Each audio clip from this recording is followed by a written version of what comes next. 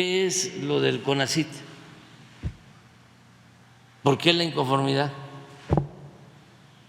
Porque imagínense, el dinero del pueblo lo transferían a las grandes empresas.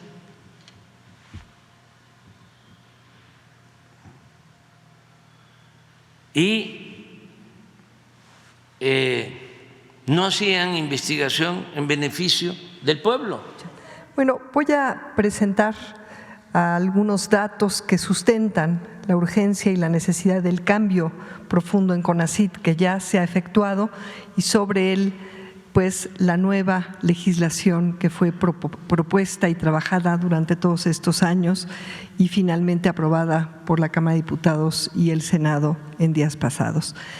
En esta gráfica les muestro cómo desde el sexenio del presidente Fox se generaron estos instrumentos, los fideicomisos, para poder ahí acumular recursos del presupuesto de egresos de la Federación y desde ahí poderlos administrar de manera opaca y ajena a las funciones del Consejo Nacional de Ciencia y Tecnología.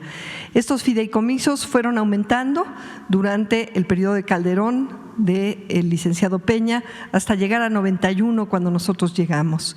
Y se transfirieron a través de estos fideicomisos y también de programas presupuestarios del CONACYT más de 45,000 millones de pesos a empresas privadas, nacionales y también transnacionales. Tenemos aquí algunas que en conjunto recibieron más de 2,600 millones de pesos de presupuesto del pueblo de México, de recursos del pueblo de México para pues subvencionar y magnificar sus ganancias. Kimberly-Clark, FEMSA, Monsanto, Continental, Volkswagen, Bayer, BMW, Honeywell, Ford, IBM, LG, Motorola, Nissan, Whirlpool, RH México, Proftec, Intel. Y además, todas estas transferencias a fondo perdido y asimismo fueron beneficiadas otras miles, casi 3,000 en total, empresas. Las transferencias, además, en la siguiente vemos, contaron con la participación, podríamos decir complicidad, para habilitar y legitimar estas transferencias de instituciones de educación superior públicas del país y también privadas. Las que más recursos recibieron fue el Tecnológico de Monterrey, a la cabeza, el CIATEQ, un centro público de investigación, la Universidad Autónoma de Nuevo León, la UNAM, el CIMAB, entre muchas otras. Aquí está la forma en que se triangulaban estas transferencias y las empresas no solamente recibían estos recursos sobre texto de la innovación a fondo perdido, sin que, como veamos, tuviera ningún beneficio para el país, sino además recibían de regreso recursos a partir de las instituciones de educación superior en forma de talento, de apoyos para su negocio, es decir, una subvención sobre texto de la innovación de entidades privadas utilizando al CONACYT como entidad pública para facilitar todo este procedimiento. Adelante. A través de los FOMICs, 35 fideicomisos, se canalizaron millonarios recursos habilitados por, entre otras, una asociación civil que también recibieron recursos y dejando sin atender prioridades estatales, destinaron una gran cantidad de recursos, alrededor de 14,000 millones de pesos, para elefantes blancos de proyectos, falsas ciudades del conocimiento. Aquí tenemos algunos ejemplos de estas suntuosas edificaciones que o no se han utilizado o están subutilizadas o están siendo utilizadas para fines que no son los que tiene el CONACYT o no tenía antes el CONACYT. La que sigue, por favor. Bueno, y no solamente hubo desvío a favor de intereses económicos, sino también de intereses creados políticos. Aquí presentamos una pequeña radiografía de las redes que habilitó uno de los centros públicos de investigación en su época pues neoliberal, desviando sus funciones que deberían de ser a favor de todo el país y estrictamente para desarrollar investigación científica en ciencias sociales, en economía y formar recursos. Y bueno, sin entrar en detalle, podrán ver ahí pues nombres destacados de personas como María Amparo Casar, el propio director general. El primero fue, bueno, el anterior a Sergio López Ayón, el propio exdirector general del CONACYT, y pues estas organizaciones de las cuales acabamos de oír, como México Evalúa, Mexicanos Unidos contra la Corrupción, aparece también ahí el TEC de Monterrey, y una habilitación de transferencias de talento a instituciones como el INAI, el INE, en fin, inclusive un vínculo muy estrecho con la Suprema Corte de Justicia. Ahí aparecen también nombres destacados. La que sigue. Y bueno, ¿cuál fue el resultado, por ejemplo, neto del sexenio pasado, después de todas estas transferencias y este desvío de la capacidad de CONACYT a favor de intereses creadas? Que se gastó, sí, muchísimo más, se erogó a través de CONACYT, pero México bajó 16 lugares justamente en la finalidad que se utilizó para legitimar estas transferencias en innovación, en resultados de innovación.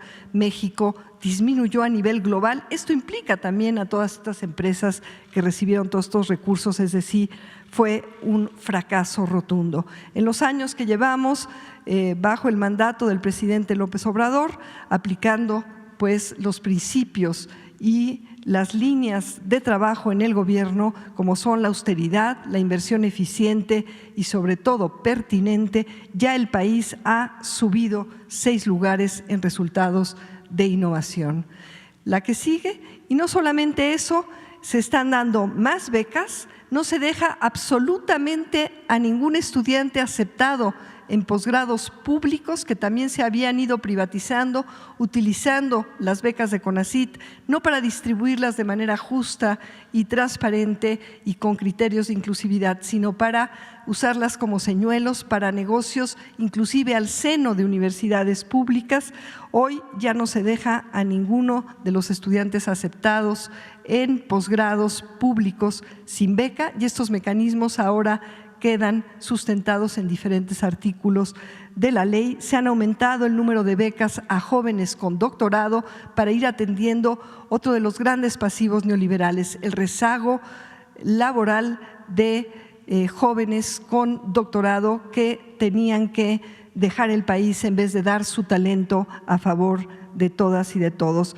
Un aumento en las becas para especialistas médicos para que tengamos los médicos especialistas en el futuro que necesitamos, y también un aumento en el número de becas a investigadores, es decir, este gran ahorro que ahora tenemos, porque ya nos están transfiriendo a fondo perdido los recursos, se ha derivado en mayor apoyo a los colegas a través del Sistema Nacional de Investigadores, fortalecido también, y además apoyo a proyectos de ciencia básica y también ciencia aplicada, muy importante para resolver grandes problemas como la basura, la contaminación de agua, diferentes temas de salud, cuando paradójicamente, en contraste con esas transferencias multimillonarias, en 2017 y también 2018, el gobierno del licenciado Peña Nieto no dio absolutamente ningún peso para todo el conjunto de la comunidad científica.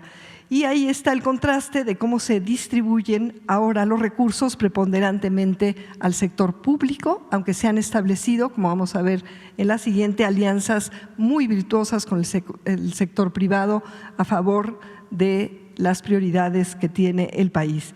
Y aprovechamos esta oportunidad que nos da el presidente de la República para darles una excelente noticia. Tenemos Patria, tenemos ya la vacuna Patria como refuerzo, con los datos de la fase final siendo exitosos, cumpliendo con criterios establecidos por la Organización Mundial de la Salud para vacunas COVID de refuerzo en este caso, pero el ya contar con esta plataforma nos abre el camino a la recuperación en la soberanía de vacunas, que es tan importante para la prevención de enfermedades. Esto gracias a la conjunción de capacidades públicas de varias universidades, entidades públicas como el Instituto Mexicano del Seguro Social, la COFEPRIS, pero también en alianza con una empresa honesta, mexicana, que se especializaba en vacunas para el sector animal y ahora ha dedicado una inversión importante para la producción de vacunas humanas para personas en nuestro país. Y además lo importante es que esta alianza no solamente va a generar esta soberanía tecnológica en vacunas, sino además la posibilidad de retorno de valor al pueblo de México a través de una alianza estratégica con Avimex. La que sigue. Y además el costo de producción fue mucho menor que el que han tenido otras vacunas por un modelo innovador de articulación de capacidades público-privadas, pudiendo hacer mucho más con mucho menos, teniendo la posibilidad además ya de tener plantas de producción que están en proceso de autorización regulatoria por parte de COFEPRIS para contar con suficientes vacunas y además tener la base no solamente para esta vacuna de refuerzo ya aprobada, sino también para otras vacunas y que nos permitan entonces tener las vacunas que se van a ir requiriendo a tiempo mucho más rápido. De todas maneras, el tiempo de desarrollo fue también muy bueno en comparación al tiempo promedio que se tarda el desarrollo. Tenemos ya esta vacuna patria y esta es una gran noticia para nuestro país. La que sigue.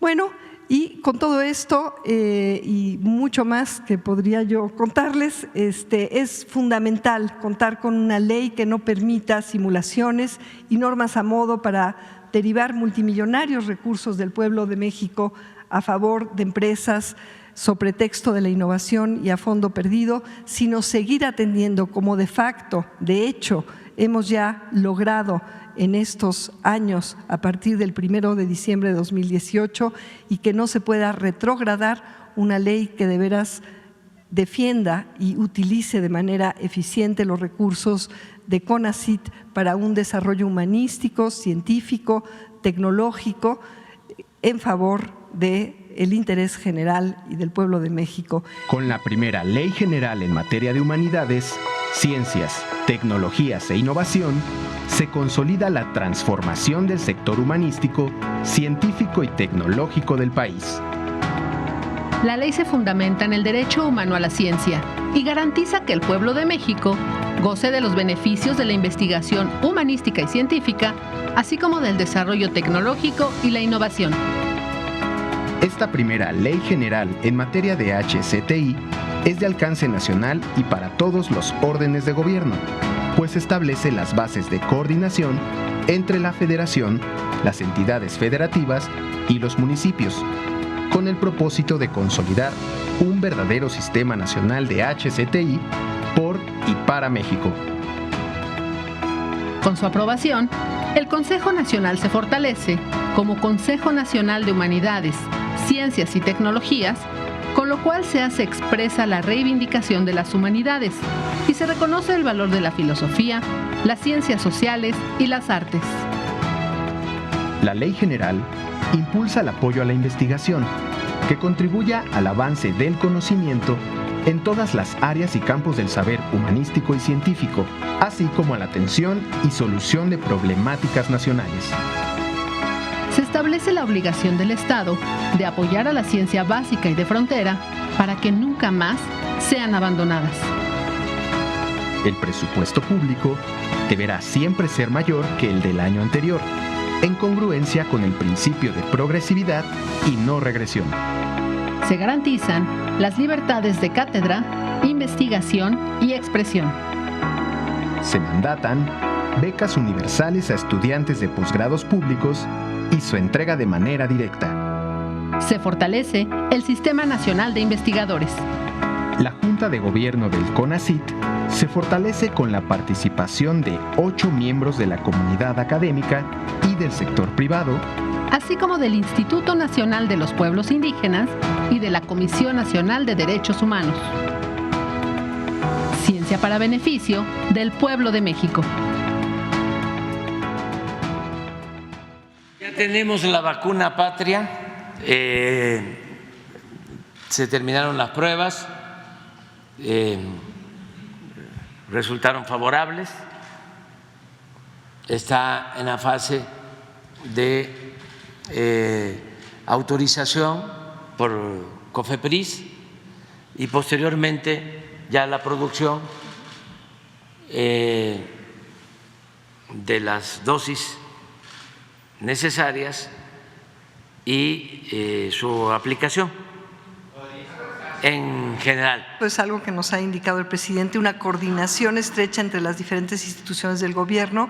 El CONACYT y la COFEPRIS han estado trabajando de la mano para dar seguimiento y vigilancia con los más altos estándares regulatorios y científicos a todo el proceso de desarrollo de la vacuna.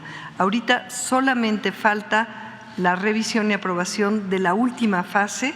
Eso va a ocurrir en pocas semanas, no hasta diciembre, pero lo que mostré ahí es que de septiembre a diciembre se tendría la capacidad instalada ya en el país de producir hasta 4 millones de vacunas. Esto puede aumentar en el futuro. Entonces, ya se tienen los resultados que muestran que la vacuna cumple los lineamientos de la Organización Mundial de la Salud, tanto en términos de seguridad como en su capacidad protectora. Es una vacuna que está basada en un vector viral que se llama Newcastle, que tradicionalmente se utilizaba, y se sigue utilizando para generar vacunas que pueden ser útiles no solamente para aplicaciones médicas, se ha probado ya en otras aplicaciones médicas como el tratamiento de cáncer, sino también para el uso en aplicación por aspersión a aves de corral para prevenir algunas enfermedades. Y esto también dio pauta de la seguridad, porque durante muchos años quienes usan estas vacunas pues han estado expuestos a estos vectores y no han tenido absolutamente ningún impacto. Ahora tenemos estudios muy serios que sustentan la seguridad de esta plataforma, que en el futuro, y por eso decía, abre la puerta a recuperar la soberanía en este tema tan importante de vacunas, se podrá utilizar para enfrentar otras posibles enfermedades pandémicas. Ya está lista como refuerzo en todas sus fases, solamente está esperando la última fase de aprobación de COFEPRIS, que tomará unas cuantas semanas. La que ya está probada es intramuscular, también se tienen ensayos clínicos preliminares para una aplicación nasal que se seguirá investigando. Lo realmente fantástico y buena noticia para nuestro país es que ahora tenemos la soberanía para seguir desarrollando tanto esta vacuna en contra de COVID como otras, y esta formulación inyectable como una posible formulación nasal, cuyos resultados clínicos en las primeras fases son también muy prometedores.